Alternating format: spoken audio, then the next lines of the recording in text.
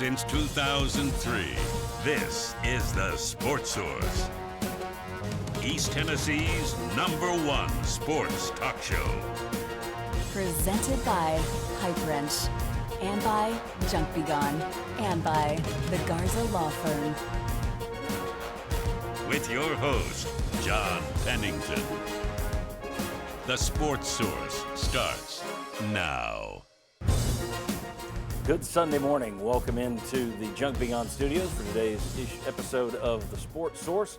We have a packed house. We got 10 guys on the show today, and we got a lot to cover. And I think it's going to be a lively show because nobody could get a word in edgewise before the show as we were doing the run-through. So I think it's going to be good for you. 90 minutes to cover this thing. The Vols go down to Gainesville, and all their hopes splash down in the swamp. Been there, done that. You've seen it a million times.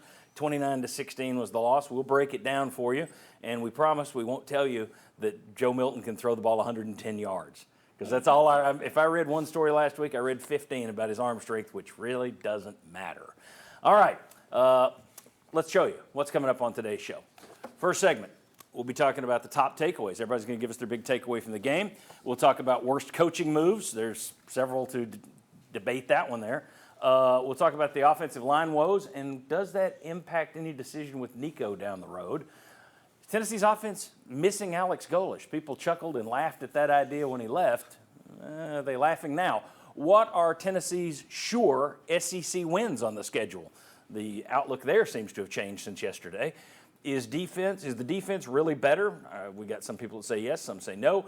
Does Josh Heupel have a plan B for when his system doesn't work? And as I said, 10 analysts today, including 5 VFLs and the Cavaleris line, and you can win a contest to get yourself a free stay in the Smokies.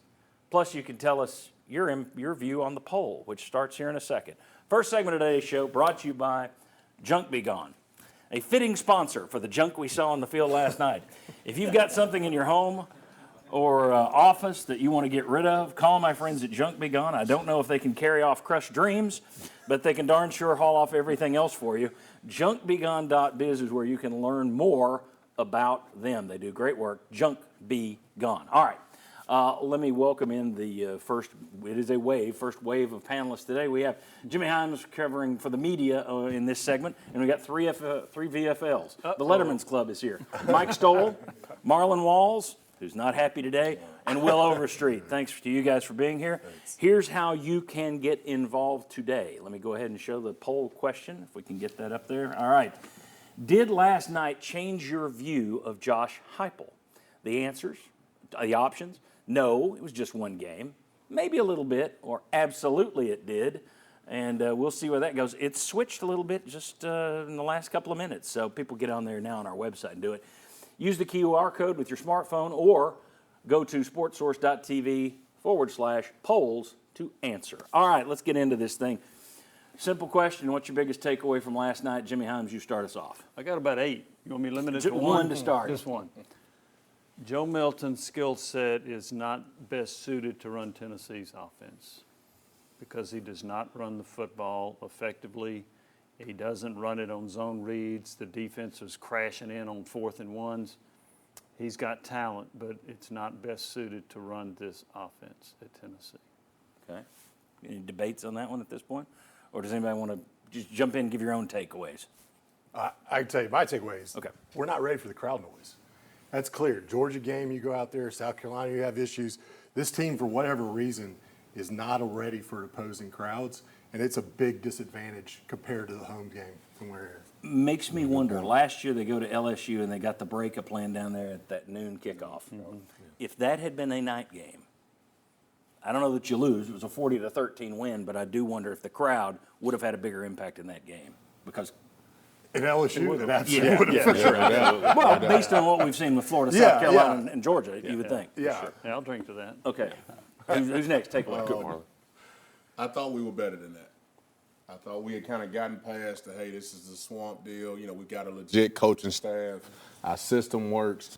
And I thought we were better. We showed up last night, and it looked like the old Tennessee. I've been a part of some of those teams where you get there and you fall apart in the swamp, and it looked like we haven't been coached at all. So for me, my biggest takeaway, I thought we were better. I would agree to a certain segment of Jimmy. Joe Milton is a pocket quarterback, all right? He's not going to move outside. To be a good pocket quarterback, you have to have a really good offensive line. That offensive line's not good. I said it early on in the season. You just saying. Yeah. They are not executing well. They got pushed around. It does hurt missing Cooper Mays.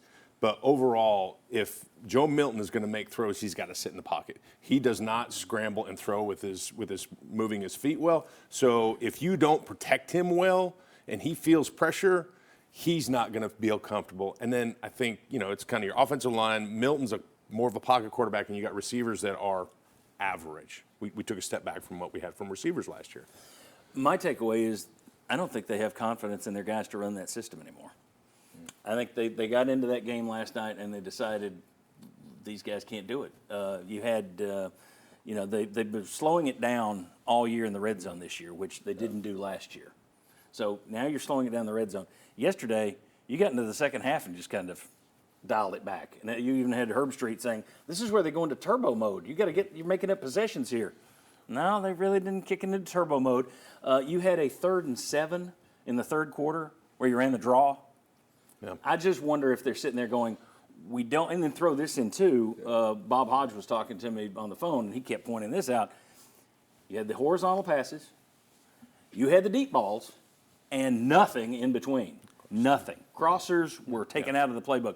So I wonder if the coaching staff was looking at it now saying, we just don't trust our guys to run this system the way we want it run. I would say as well. I thought we let back off the deep ball some. I think there was a couple plays down the stretch. I think like right before the half, we're running the football. We've got to go score. We're down 16. We got to go score, and we was constantly throwing horizontal passes, or we're running right up inside. So I feel like we've lost some confidence in the deep ball as well. Here's one thing you mentioned, kind of in the red zone. When you get in the red zone, you got to make decisions quick. Because the field is smaller, the decisions, the windows are a lot smaller. You got to pull the trigger quick. I don't know if Joe Milton is seeing it and making it quick. Hendon Hooker, he saw it, he knew where he was throwing the ball. And I don't want to compare him to Hendon Hooker, but in this system, you have to read and react quickly. And that's why he doesn't fit with this system. I have another takeaway too. Tackling, it's not against the law. Well, but it looked like it last night. That was an unbelievable. Where are we going? Who gets it first? Yeah. I mean, obviously, number 5 has put out a lot of bad tape of tackling. There's no doubt about it. It'd be hard for me. I'd be disappointed and express my disappointment if he was my teammate at this point. And I think what it showed up is your secondary and run support, not just him, but other guys on that team. They're not very good at run support when you come on the edge and they have somebody out there that can make a guy miss. He'll be out here a little later, but I want to credit Josh Ward, who had a great line earlier on the Kamal had an attempted bump tackle. He said, bump and run is for coverage, not for tackling. Another takeaway, and you touched on it a little bit, that was a complete beating. That wasn't just the offense. It wasn't just the defense. Mm-hmm. It was coaching as well. Billy Napier coached rings around you last night. I thought, and everybody's been making fun of him. I thought he did a nice job last night. You didn't look like you had any answer for their motion, the motion they were using in offense. You just stood in the cement and watched it happen. They got guys open. Where it stood out at was the run game. They're pulling, they're countering, and we have no clue, how to fit up inside. Our linebackers was taking the wrong fit. Defensive linemen not crossing over blocks when they should be crossing face, and it showed up. And ETN and number 2, they gashed us with it. And I think that may be some tape and self-scouting we need to do because we blitz from the wide side of the field rushing a lot, and they had a counter to the short side of the field. And they did that. Like I said, I wouldn't have exact, but I think they had a pretty good feel of tendencies that we do on certain downs. And they had an exact play to counter for it, and I think it worked. I was surprised at Florida's movement up front, and Marlon, you mentioned it when they were pulling or moving, Tennessee didn't seem to adjust very well. No, that's when Florida typically had their best runs. If they just lined up and tried to run straight at Tennessee, it wasn't very successful. Which they did more of in the second half. When the defense got better, it was kind of like part of that was Florida was just running out the clock. Yeah. So that was a concern. Let me go ahead and throw up some graphics for you. We do this every week. The game gauge.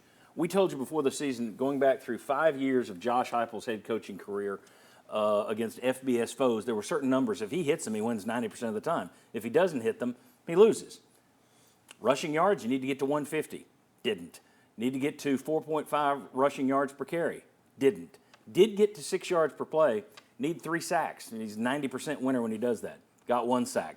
So didn't hit any of those numbers. It shouldn't be a surprise they lost.